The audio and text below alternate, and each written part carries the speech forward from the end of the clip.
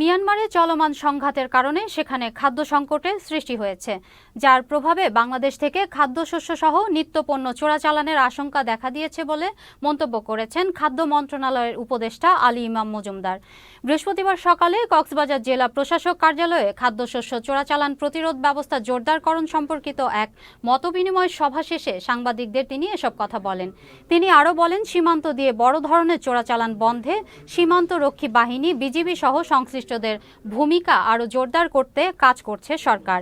এ সময় কক্সবাজারের জেলা প্রশাসক মোহাম্মদ সালাউদ্দিনের সভাপতিত্বে সভায় অতিরিক্ত পুলিশ সুপার শাকিল আহমেদ, অতিরিক্ত জেলা প্রশাসক নিজাম উদ্দিন আহমেদ সহ বিজিবি, র্যাব ও কোস্টগার্ডের কর্মকর্তারা উপস্থিত ছিলেন।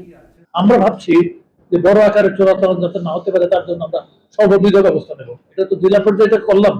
আমরা চট্টগ্রামের বিভাগীয় কমিশনার এখনো কিন্তু এই জাতীয় সভা করে এটা গিয়ে করবো। আমি কেন্দ্রীয় পর্যায়ে আমি স্বরাষ্ট্র উপদেষ্টাকে আজকে আমি ফিরে যাওয়ার পর আমি জানাবো যে উনি যাতে এই ব্যবস্থাটিতে নিজে নজরদারি করেন, এদিক দিয়ে যাতে চোরাচালান না হতে পারে।